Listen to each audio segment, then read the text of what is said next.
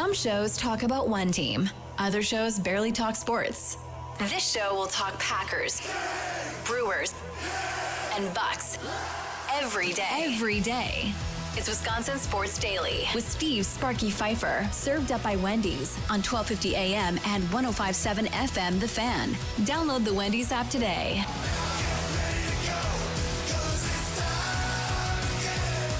Here we go. Hour number 3. This show went fast. I don't know if it went fast for you listening, but it went fast for me personally.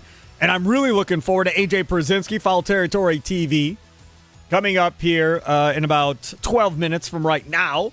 Former Major League Baseball catcher, played for the White Sox for a long time. I love Foul Territory. I think it's a great show. Him and Eric Kratz do a great job on that show, and really looking forward to having AJ back on. We had him on a couple times last year, and this will be the first time this baseball season we've had him on. He's got thoughts on the trade deadline, what the Brewers should be doing, what they should be looking at. Mizorowski, he's got thoughts on all of this, so we'll talk with him again at 4:20. Things we missed coming up. Did you know the Bucks play on TV tonight? Yeah, they do. Bucks basketball. Game day. We'll talk about that coming up at 4:40. Mike Gundy. It's hard not to love that man. He has some more entertaining thoughts on college football. We'll get to that. And the All-Star game is going to do something kind of crazy. It sounds like that's going to just, to me, it's going to take away from the All-Star game, but we'll get into that at 4:40 as well. Time now, as it is 4 o'clock, to get to our thing. It's time for your green and gold update on Wisconsin Sports Daily, powered by the Potawatomi Sportsbook on 1250 AM and 105.7 FM The Fan with Steve Sparky Fifer. All right, let's get to it. So, Seth Walder, been around a long time. He's a really good analyst, I guess you would say. Was Seth Walder, was he a Ringer guy too? Was he over there? Where was he? Or was he Pro Football Focus? I can't tell you off the top of my head. Somewhere, because I've followed him way before he got the ESPN gig. He just got this ESPN gig, I think, in the last year or so. So he went through and graded out each team. The Green Bay Packers. I'm not going to tell you what grade they got, but I'll ask you, what grade would you give the Packers for this offseason? The draft, free agency, all of that stuff. What grade would you give the Packers if you had to give them a grade? I'll tell you what Seth Walder said of ESPN as well. Nikolai Love, Fan Talk, text line 414-677-1250, 414-677-1250, Facebook and Twitter at The Fan Milwaukee. Sound off for the recorded voice message on your Odyssey app. Charlie, did you look and see the grade that Seth Walder gave him? I have not seen it. I wanted to be surprised. What grade do you think? In fact, hold on a second here. Let's go back to the top of this bad boy. What grade do you think he gave to your Chicago Bears? I think he probably gave the Bears a B, would be my guess. A B minus for the Chicago Bears. Okay. What grade do you think he gave the Detroit Lions? Like a C minus? A B minus. Same as the Bears, okay. He did not like them reaching for Tyleik Williams. I like Tyleik Williams, the defensive tackle. And wide receiver Isaac Tesla. Is that how you say his name? Something like Tesla, either way. Is it like the car Tesla? That's how you say it? Kind of, yeah. It's not like Tesla. It's got an extra A on it. It's like Tesla. Yeah, it's like Tesla. So he's not taking into account staff moves at all or anything. Because that's part of the reason I would put the Bears above the Lions. Oh, no, it's in here. Okay. The Bears' biggest offseason was luring Johnson out of Detroit to become Bears' new head coach. Predicting the efficiency of a first-time head coach is very hard, and maybe I'm making the same old mistake, but I think Johnson is about the best first-time head coaching candidate you can imagine, right? And then he goes through this whole thing. But it also talks about other stuff. So move disliked the most by the Bears was signing Grady Jarrett to a deal that includes significant 2026 guarantees. He disliked that one the best. Biggest move, hiring Ben Johnson. Move he liked the best, hiring Ben Johnson. Okay. So that definitely was included. For the Detroit Lions, biggest move, extending Kirby Joseph, the safety. Move he liked, signing cornerback DJ Reed. He came from the Jets, right? And move he disliked, were reaching for those two guys in the draft. So there's some background on the other two teams in the division. In fact, let's do the Vikings too. We'll do all. So might as well. C+ for the Vikings. Sticking with J.J. McCarthy as their starter is their biggest move. Move he liked the most, sticking with J.J. McCarthy. Move he disliked was signing defensive tackle Jonathan Allen. All right. I know some people are a little polarized on that whole thing. I really like the signing of Jonathan Allen. I think I would put the Vikings above the Lions, in my opinion. For the offseason? Yeah, if I were to grade all three of those teams, I think Bears, Vikings, Lions. I think losing Ben Johnson is a gigantic loss. Right. It's gigantic. But, okay. So, what say you now with the Packers? Now that you know the other three teams and how they're graded, where do you think the Packers are? If I had to guess, I would say they're probably an even C, maybe a C+. Yes, sir. C+. All right. Biggest move, signing Aaron Banks. Move he liked the most, Seth Walter of ESPN, drafting Matthew Golden at 23. Move he disliked, signing Aaron Banks. And he goes in on the Green Bay Packers for this one. He says, Banks is coming off his, I'm not going to read everything, but he talks about the fact 4-year deal averages $19.5 million per year, $19.25 million, $27 million fully guaranteed. He says, the issue I have is that we don't have evidence that Banks is anywhere near the caliber of player. Banks coming off his best season according to win rates, but he ranked only 38th out of 64 guards in pass block win rate and 46th in a run block win rate. The top of the guard market was frothy, but the Packers paid for not having patience as Mekhi Becton, Kevin Zeitler, and James Daniels all signed for $10 million or less. I much rather would have had those players at their price than Banks at his. So he punished them big time for that. Then, as he goes on, he gets into the pass rush and all of that, and he says at the end, if a pass rusher is available late in the offseason or during the season, the Packers could be interested. Get out of here. The Packers should be interested now. Shouldn't have to wait to stupid offseason to the end of the offseason and into the season to determine that you need a pass rusher. You need one way before that. I'm not as bent up or whatever you want to call it, bent out of shape because of the Banks signing. Dude, he's 6'6". He's a gigantic man that can move his feet a little bit. So, I mean, from that perspective, I looked at the Banks signing, and we talked about it on the show, and we said, they're going Philly. They're going to get beefier in the up front because Jenkins, beefy at center, Banks, beefier than Jenkins. He's at guard now. And then at right guard, Ryan is a beefy cat that can move people. That's the one thing he does well is really run block. And then at left tackle, now you start talking about Rasheed Walker or Jordan Morgan. The only guy that's undersized for a position is probably Zach Tom at right tackle. That's the only guy that you could say is undersized. But he's so good, they're not obviously going to move him at this point. Well, and even with him being a little undersized, most of the best young tackles in the NFL right now are skinnier guys, more athletic builds. That's just kind of the style of player that teams are looking for at that position now. I totally agree with you on that. So the other part about this is, what do they do in the draft? He didn't even bring this up. They drafted Escalade in the second round. They drafted this gigantic human being to play tackle or to play guard. If Morgan, just hear me out. If Morgan goes to left tackle, and I cannot believe he beats out Rasheed Walker, but if he goes to left tackle, and if they think Belton, Escalade as they call him, can actually play tackle, I do not. I think he's a guard. But if they believe he can play tackle and right tackle, you could see Zach Tom, not this season, but the next season, get slid inside to be a guard and have Becton's big behind out there at right tackle. I'm going to be the leader of the free Zach Tom movement if that happens. I would hate that so much for him. Again, this is just Elgton Jenkins all over again. You can do that. I think that all roster-wise makes sense and just looking at the players. But if you're talking about his emotions in all of this and just kind of the side of this where you have to honor him a little bit, and that would just be dishonoring him. I don't disagree. I just think Belton is a gigantic human being. So if it was me, Belton would be at my right guard, Tom at right tackle. I'd have Belton, Jenkins, and Banks in the middle and just pound the heck out of people up the middle and run in between the guards. And then tackle can be Morgan if that's where you essentially see him playing at some point. at left tackle. Potawatomi Sportsbook, great place to go watch football games coming up this fall, whether it be college or pro. How about watching some baseball games? Got baseball games going on there today, even though the Brewers are off. They're back at it. 3-game stand against the Nationals coming up this weekend. Go there. If you can't get tickets to the game at American Family Field, go down to the Potawatomi Sportsbook, watch that. Tennis is still going on. Longest tournament, I swear to God, unbeknownst. That tournament is so long. Is it not so long, Wimbledon? It's insane. It's been going on forever. Well, when I was listening to Rory McIlroy earlier, and he was saying, a couple weeks ago I was watching Novak Djokovic, and I was like, they're still going right now? Oh, my gosh. Still playing.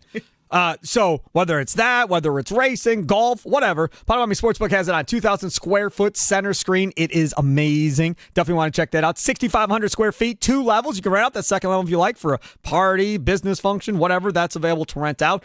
Unbelievable Potawatomi Sportsbook kitchen. Great things to eat. Wings, burgers, wraps, salads, all-day brunch, homemade pastries and desserts, 48 beers on tap. Reserve your seat ahead of time. That's what I say. You don't have to, but what's happened to me is you go down there and then you end up standing because it's packed and you got nowhere to sit. That's why I like to reserve ahead of time. Potawatomi.com/sportsbook. Potawatomi.com/sportsbook. Nominal fee, but it goes right towards your food and beverage costs, which you're going to spend that money anyhow. Up next, AJ Pierzynski, Foul Territory TV, former MLB catcher, always entertaining. He's next on Wisconsin Sports Daily. Served up by Wendy's, live from the 1250 AM at 105.7 FM The Fan Studios, powered by the Potawatomi Sportsbook. Time now for your fan weather forecast. 77 degrees, partly cloudy skies. Some rain in the forecast for the overnight hours, low of 66.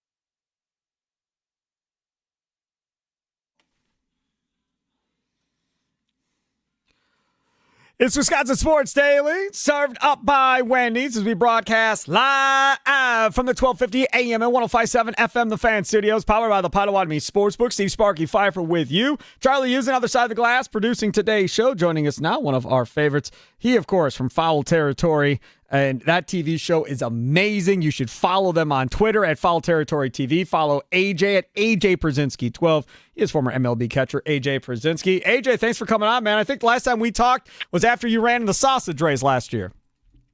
I think you're right. And, man, I finally recovered from that. So I'm my ego is back in check after that. So I appreciate you having me back on. I got to play this highlight because I know you're a former White Sox player. I just have to play this. Vaughn breaks his bat. That's going to get down. Here comes Collins. He will score. Durbin in the third. Andrew Vaughn delivers in the clutch. We're tied at 2. I mean, as White Sox fans, I would think this has to be miserable. 3 games, Vaughn has delivered in all 3 games. And I said when they made that trade for Savali that sometimes going to a better organization can maybe put you in a better situation to succeed. He clearly has always had talent. I know it's only 3 games, but your thoughts on what you've seen out of Vaughn so far? I'm happy for him, right? I'm happy for Andrew Vaughn. Let's start with that. Let's forget the baseball side of it. I'm happy that Andrew Vaughn's getting an opportunity to play. He was down in Charlotte in AAA, just kind of rotting away. And this guy was a 3rd overall pick. He's got talent. And I'm happy for Andrew. If you talk to Andrew at all, he's a really nice kid, really good guy, wants to do well, a team guy, wants to help a team win. And when he first came up, the White Sox were pretty good and he had an opportunity. And then as they went down, he kind of went down with them. So I'm really happy for Andrew. And it's a classic change of scenery, right? I mean, Aaron Savali, he wanted to get the heck out of Milwaukee. He made that clear. So what did Brewers do? Matt Arnold went out and made a trade and found a bat that could probably help him. And Andrew Vaughn is a classic change of scenery guy. Got out of a bad situation on a bad team, went to a winning team, and he's shown that he can still hit. And it's crazy, too, because when they got him, and I don't know if you'd agree with this or not, but Pat Murphy, the day they traded for him, he said, you know, with him, if he keeps it short and compact, that's when he's most successful. When he gets into these long swings, that's when it gets away from him a little bit. He said that the first day they got him, they sent him to AAA right away. I think he had like a 500 slug down at Nashville at AAA before they called him up when Rhys Hoskins got hurt here. And it looks like it's just continuing to carry on for the Brewers. Yet, even with all of that, I still think most Brewer fans really want a power bat at the trade deadline. A lot of people drooling over the idea of Eugenio Suarez if the Diamondbacks were to move him from third base. I heard you talking about this a little bit the other day in Foul Territory. What do you think the Brewers' needs are at the trade deadline? A bat. You just summed it up. A third baseman. I would say a shortstop, but shortstops are really hard to find. But a bat. Somewhere a bat. You know, you can't keep relying on Christian Yelich and Jackson Churio and Wilson Contreras. Hopefully he's coming out of it a little bit, but you can't just keep relying on those 3. You got to rely on the whole team. And I think a bat would take a lot of pressure off a lot of these guys. And a name bat. I mean, Suarez seems to fit in everywhere he goes. He's a third baseman. He can hit for power. I love that fit. Whatever other third baseman they could find would be perfect. Because if Hoskins comes back, you have first base covered with Rhys and Andrew Vaughn. The outfield's pretty much covered with the guys you have out there. So I think third base or shortstop. Shortstops are harder to find, but definitely a third baseman. I mean, man, Willie Adames would look good as a Brewer right now still, wouldn't he? Yes, he would. Yes, he absolutely would. I know they miss him in that clubhouse, I'm sure. AJ Przinsky, Foul Territory TV. Follow him on Twitter at AJ Przinsky 12 joins us here on Wisconsin Sports Daily, served up by Wendy's on the Fan. Obviously, everybody wants to talk about Mr. Mizorowski, the Brewers' young stud pitcher, and his performance, especially this last one against the Dodgers. 12 strikeouts through 5 innings, eventually works through 6. Love to get your take on who he reminds you of, what your take away from when you watch him play, and probably how hard is it to probably hit against this kid. He doesn't remind me of anybody I've ever seen because of his height and his extension that he gets, and then the velo. I don't know that we've ever seen anybody with those combos. We've seen velo, we've seen height. I mean, Chris Young, the GM of the Rangers, was 6'9" or whatever he was, but he threw like 85 miles an hour and got everybody out. This guy is 6'7" and throws 100 with a 95-mile-an-hour slider. It's a combination we've never seen before. The big knock on him was he couldn't throw strikes, but right. He's come up and thrown nothing but strikes. sometimes I think he almost throws too many strikes. Every once in a while, he needs to go big unit and just let one rip like behind a guy, right? To scare some people. Yeah. But he's throwing too many strikes at times. He's had the one clunker against the Mets where they just jumped him early. But his outing against the Dodgers was impressive. 12 strikeouts, pitching against the Dodgers lineup, pitching against Clayton Kershaw, future first ballot Hall of Famer, and beating him. I loved what I've seen. We've had him on Foul Territory. He's awesome. He's a great interview. He smiles. He's happy to be there. He seems like a humble kid. I love this for the Brewers. I mean, it's just another long line of pitchers that the Brewers have, right? I mean, Freddie Peralta, Corbin Burns, Brandon Woodruff. Now you had the Miz. You know, you throw in what Quintana's doing for these guys. I mean, the Brewers just seem to know how to get pitching. So tell me this, AJ Pierzynski. Solve the question that we all want to know the answer to, and we don't yet. Nestor Cortez is getting ready to make his second rehab start tonight for the Timber Rattlers at Clay A-Ball. He already pitched for the Sounds his first rehab start. So after the All-Star break, they're going to be in a position where Priester only has one option left. They've made it very well known they do not want to use that this year for him. You have Mizorowski, you have Peralta, you have Woodruff, you have the Miz. What do you do, AJ Pierzynski? Do you go to a six-man rotation? I want all the best pitchers I can have on one team. So I try to. You never know. Someone could get hurt. Something could happen. It always works itself out. What do you do? That's a great problem for Matt Arnold and Pat Murphy to have. I don't know. You're not sending Miz down because he's been too good. You mentioned Priester. You're not getting rid of Big Woo. You're not getting rid of Freddie P, who's going to the All-Star game, is one of the best pitchers in the game. I don't know what you do. It's a great problem to have. You stall Nestor as long as you can until something happens and you need him. Do you go to six-man? I don't know. That'll mess up some of maybe the older guys, but it also gives them extra days of rest. I don't know. It's going to be interesting to see what they do. Do you put one of them in the bullpen? We saw Nestor have not such a great time in the bullpen in the playoffs, so maybe you don't throw him out there, but I don't know. It's a great problem to have if you're a Brewers fan, though. What about the idea of sending Miz to AAA with the idea of you're coming back after the trade deadline? We're going to try and showcase a couple of guys and then possibly move one of these guys at the trade deadline, whether it be Cortez or whether it be Quintana. Hell no. You know why? Because what happens if you miss the playoffs by one game? And that's one of the games that Miz would have started. Yeah. You can't look at it like that. Oh, we're going to go down and showcase. Well, what happens if that person gets hurt and you don't end up trading him? Like, no, you run your best five out there. And for me, Miz is one of your best five you got. So you got to keep throwing it. Plus, you want him to learn, and plus, you want him to be there for the next however long he's a Brewer, right? You want him to prove and get more confidence and get smarter and just learn. And I think by sending him to AAA, he has nothing to prove in AAA, especially if you look at what he's done in the big leagues. You send him to AAA and you're like, go pitch. He might go down there and something might happen to him. So, no, if something's going to happen, you want it to happen on a big league mound. He's too valuable and he's too good. Talk with AJ Pierzynski, Foul Territory. Make sure to check those guys out on Twitter at AJ Pierzynski 12. I love your show because it's two catchers. I mean, you and Eric Kratz are amazing. How important is that catcher? I mean, I'm pretty sure I know the answer, but I'm going to ask you anyhow. How important is that catcher, a William Contreras, to a Mizorowski, to a Priester, to a Logan Henderson when he's up here, when they're in the big leagues and going through the ups and downs and, in Miz's case, the pressure of all the media attention coming at him? Well, you need veteran guys. And I think Barron and Woodruff, Jose Quintana, even Freddie are just as valuable because they're in Miz's ear telling him, this is how we do things at this level. This is how we're expected to act. This is how we're expected to answer questions. This is how we prepare. This is how we throw our bullpens, all those things. And then a catcher is more on the field leader. Yes, the catcher helps kids off the field and helps young pitchers off the field. But the thing about it, like a William Contreras, he plays every day.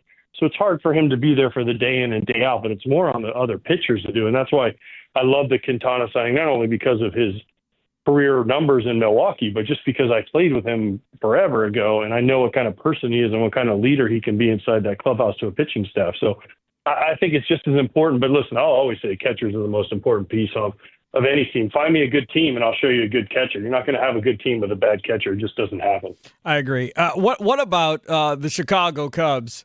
And where they're at right now. I mean, they were coming in today with a 1.5 lead. I think they won, so that's at 2 games now at this point. I think a lot of people said, well, this division's over. It's going to be the Cubs. The Brewers weren't doing as well the first couple of months. Cardinals were up there, but nobody was trusting the Cardinals, and now they've fallen back a little bit. Do you think this is going to be tight between the Brewers and the Cubs at the end of the season, and much of a chance you give the Brewers in this thing? I like the Brewers. I especially think find another bat.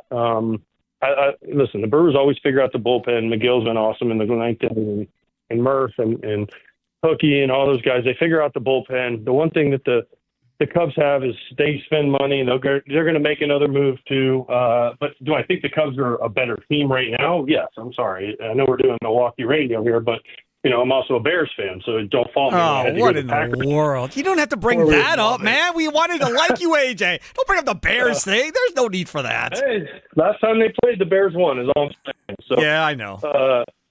So listen, Bears fans got to hold on to any little hope that we can, because it's been a long time since they've been any good, especially against the Packers. But yeah, I think the Cubs are a better team, but the Brewers, they just have something every year. It's like, oh, the Brewers this is the year they fall off. Boom, 90 wins. Oh, the Brewers aren't going to be as good this year. 89 wins.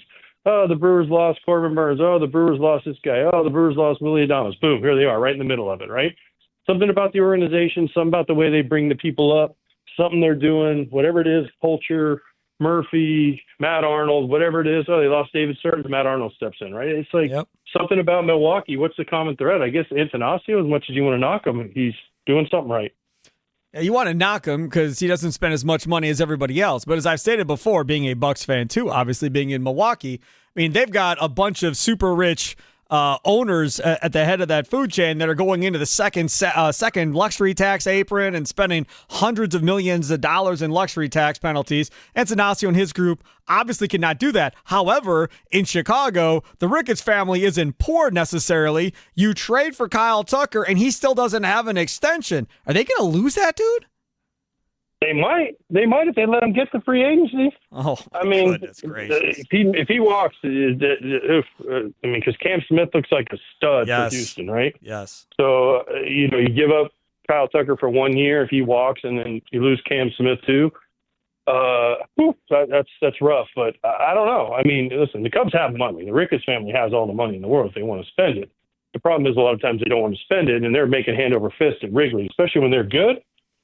You guys have been to games at Wrigley. Wrigley, it's all the surrounding areas, the hotels. They do concerts there. They do all kinds of stuff. So it's not about money for the Ricketts family. It's just how much do they want to spend. He is AJ Pierzynski. I'm telling you, check out Foul Territory. It is amazing. Follow him on Twitter at AJ Pierzynski 12. We play clips of your show all the time on this show because it's amazing and we all love it. So I appreciate y'all for doing a great job, man. Keep it up. Thanks, guys. I appreciate it. And, we give the Brewers, I think we talk about the Brewers probably more than any other national show by far, because Kratz, as you guys know, is Mr. Brewer. So I always call him a Brewer homer. But we love Murph. We love the Brewers organization. Vassallo, their PR guy, is awesome to us, always getting guys on. And other than the fact that, you guys are located close to the Packers, I like the Brewers too. And y'all got former Brewer Rowdy Tellez that we will always love. You have him on all the time, and he's always a hoot to listen to too. He's one of the best. He's one of the best, and I want him to find another team so we can get him back on and laugh at Rowdy. That's good stuff. AJ, thanks so much, man. I appreciate it. Thanks, guys. Appreciate it. You betcha. Take care. There is AJ Pierzynski, Foul Territory TV. Follow him on Twitter at AJ Pierzynski 12. Joined us on the Fan Guest Hotline, powered by Gruber Law. One call. That's all. I love AJ Pierzynski. I love him even more now, too. Dude, he's so good, man. Oh, you love him because he's a stupid Bears fan? Is that what you're doing? That's why you love him so much? I mean, I liked him before that, too. I love Foul Territory. So I'm telling y'all, if y'all don't watch that show, you should. Find it on YouTube or whatever. I'm sure that's podcasted, too, isn't it? I'm pretty sure it's podcasted. Yeah. They're so good, man. They have Pat Murphy on all the time and stuff. And he is right. Mike Vassallo, media relations director, and Andrew Grumman and those guys at the Brewers really hook those guys up with guests whenever they want somebody. So good job by them, too. Coming up next, things that we missed on today's show. It's game day for the Milwaukee Bucks. How many of you actually knew that? We'll talk about that straight ahead.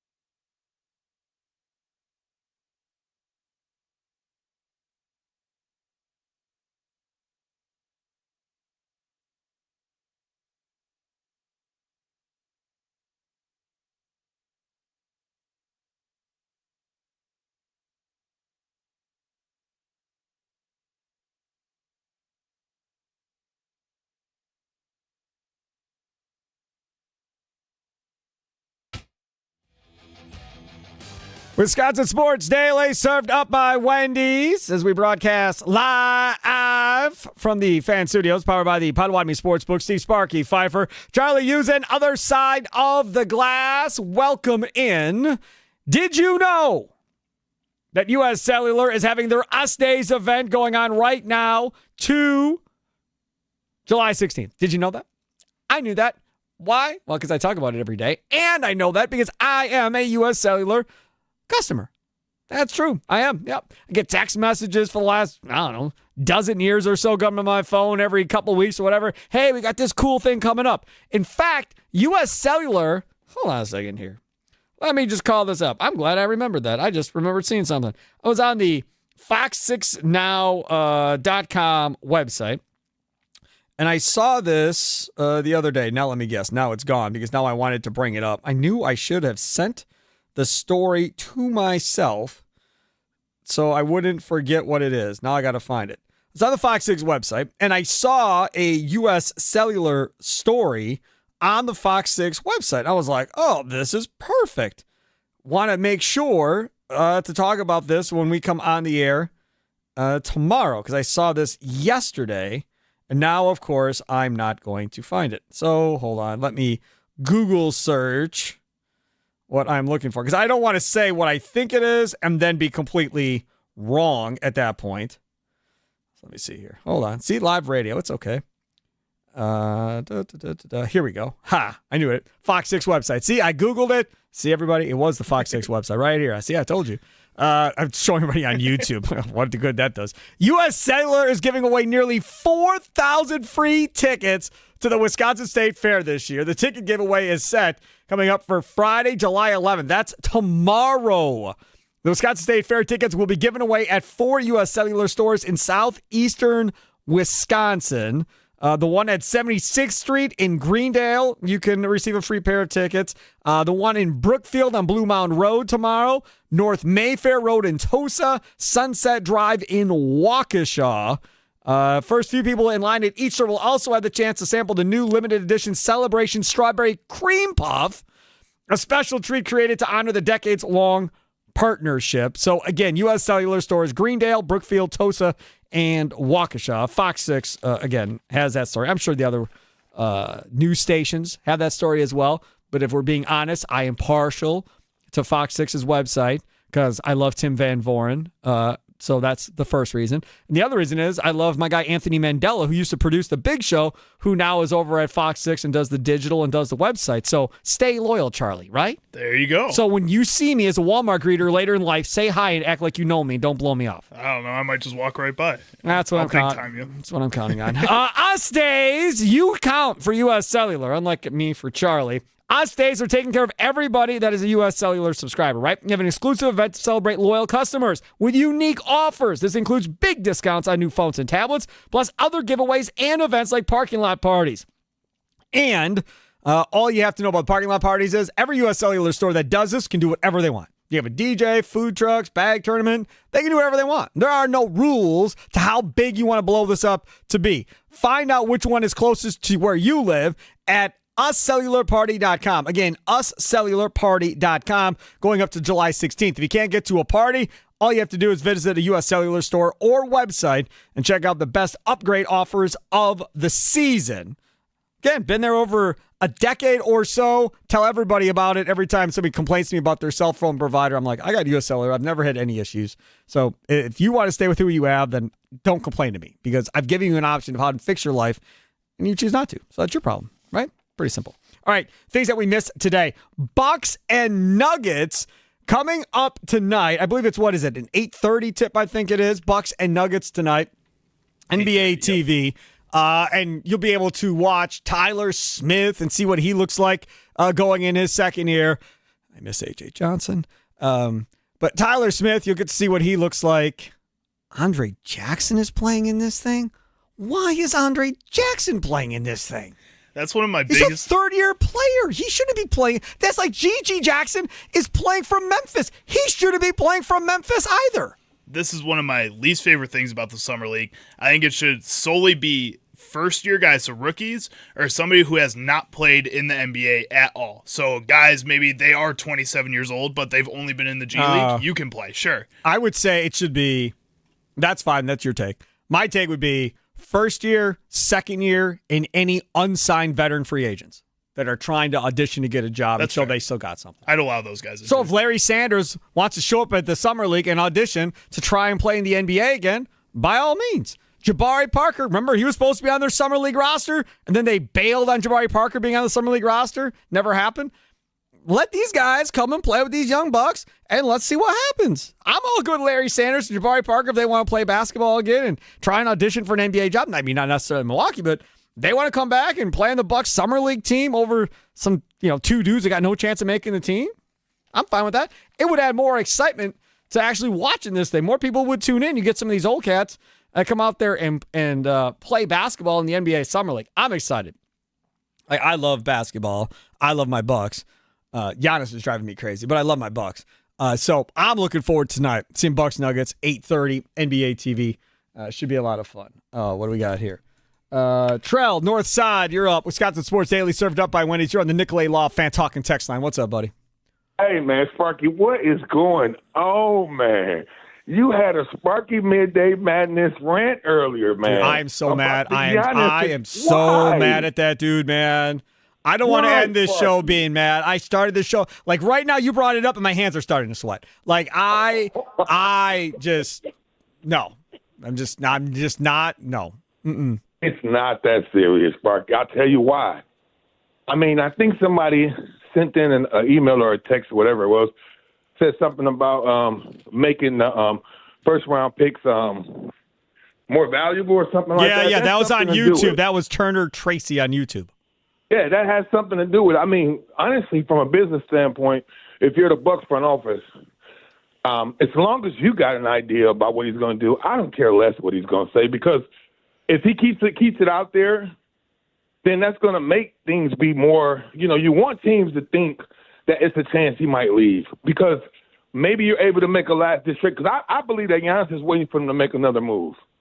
And I think that's what the holdup is. Then he doesn't trust him. He's not going to come out and say but that. But then he doesn't trust him. Then he doesn't trust him. No, if his mind isn't made up now, then Horst is going to do everything in his power to put a championship team around him, no matter how difficult. He just stretched and released Damian Lillard, for God's sakes. Nobody thought that would happen. If you don't trust him by this point, and you're going, no, you got to give me Russell Westbrook. No, you got to give me Bradley Beal. Otherwise, I'm not going to play. I want to go somewhere else. If you're pulling that crap, to heck with you.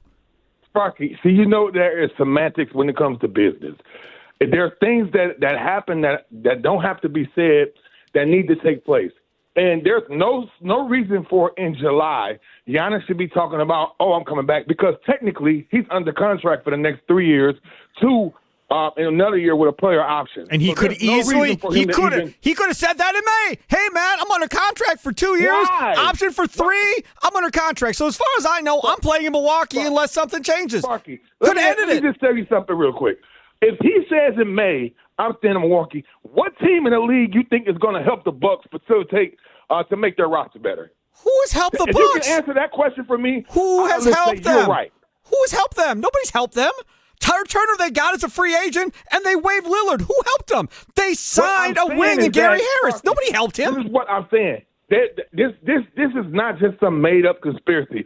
Teams really don't want Giannis. Well, I shouldn't say teams. The league doesn't want Giannis in Milwaukee. Nor does the media. The league doesn't want Giannis in Milwaukee. They want him in a bigger market, obviously, because he's one of the most visible stars right now in the NBA. Yep. So, therefore, if it's Giannis and it's Milwaukee, whatever tactics and game plan or games that you have to play, I don't care. I am not worried about Giannis as far as his talk or whatever. I know he wants to stay in Milwaukee. But for right now in July, if you got to say probably to leave it out there so the narratives can still be, he might still leave, I don't care. Oh, well. Wait. Hold on. I'm confused. Are you saying the league has something to do with this? Like, hey, dog, we got to have storylines, so I need you to keep playing this out so we got something to talk about on ESPN and FS1? That's what you think is happening? Sparky, the league doesn't want Giannis in Milwaukee. Fine, I agree. I'm with you. Sure, yes. All right. We agree. So, and I guess we've seen that. How is Giannis not on a Christmas game last year? No idea. Couldn't say. And you got Damian Lillard, another star, and they're not playing on Christmas? Because they weren't supposed to be any good last year. And they weren't. You still got two visible stars. Giannis is one of the most Yep. visible global stars you got. I How agree. is he not playing on Christmas? I'm with you. Like, it's subtle signs that they send to let you know how they really feel. And that's how I look at it. So I'm not concerned at all. I get but it. this is my thing. Fine, Terrell. I agree with you. They don't want him in Milwaukee. I agree. The national media doesn't want him in Milwaukee. I agree. He's coming back. I'm with you on all of that. I still don't understand why this dude just can't end this charade in the media. Because it doesn't help anybody. What do you mean it doesn't help do that. anybody? Who does it not It doesn't help? help anybody. Like, it doesn't. It's not going to help the Bucks if he says, I'm coming back. Why? When he can already let them know what's going on. I agree with this. I agree with you guys doing that. But I'm just going to keep it out there and let it lay. How does it help John Horst by this charade playing out all summer? How does he benefit? Because the more that people believe that he may leave, the more, like Charlie said earlier, that 2031, that 2032 pick, swap, and pick are going to become like gold. So you So think as they're long telling? as he plays the game. So you think then John that Horst and these guys are with him on playing this game? Absolutely, I believe so. Because there's no reason for him not to. Absolutely. All right, very good, Trell. Thanks for the call. Go on YouTube. You'll see me shaking my head no. If that's the case, God bless everybody over there. But from my perspective, I wouldn't want this crap out here for 3 months. No chance. I don't want to deal with this. But again, if Terrell's right, Charlie's right, and this person, Turner Tracy, whatever, on YouTube, y'all are right that they're telling him to say this crap and don't lock it, don't close it down, don't fully commit to Milwaukee, keep stringing him along. It'll make us be able to get a better player later in a trade if they think you're leaving. This is what we need you to do. If they're telling him to say that, Godspeed. I will fully admit to being a complete idiot if they want all this negative media about the Milwaukee Bucks thrown out there on purpose for 3 months. If this was all part of the magical game plan to land some big guy in a trade that eventually we're going to get apparently at some point by getting that 2031, then by all means. I personally, as a fan, hate every ounce of this, and I'm sick of it. We've been going through this for 5, 6 years now? Every summer we go through this? Every summer we go through this. Every season, throughout the entire season, we go through this. And I'm supposed to believe, and maybe y'all are right, whatever. I'm supposed to believe this is all part of the master plan by the Bucks front office and ownership to have this out there, that narrative. So based on that logic, is Horst and Edens and those guys feeding Sharania and telling him, oh, he may leave? Are they the ones feeding him? Because I'll tell you right now, never saw that one coming. If that's what this is all about, never saw it coming. Never would have guessed it in a million years if you all are right on that. Find it hard to believe, but if that's the conspiracy theory, we think that they're all behind this and it's one big team effort because somehow this is going to benefit them later. Cool. That's what this is. That's way above my thinking. Never, ever would have put my brain power to think that that's how we're going, Charlie.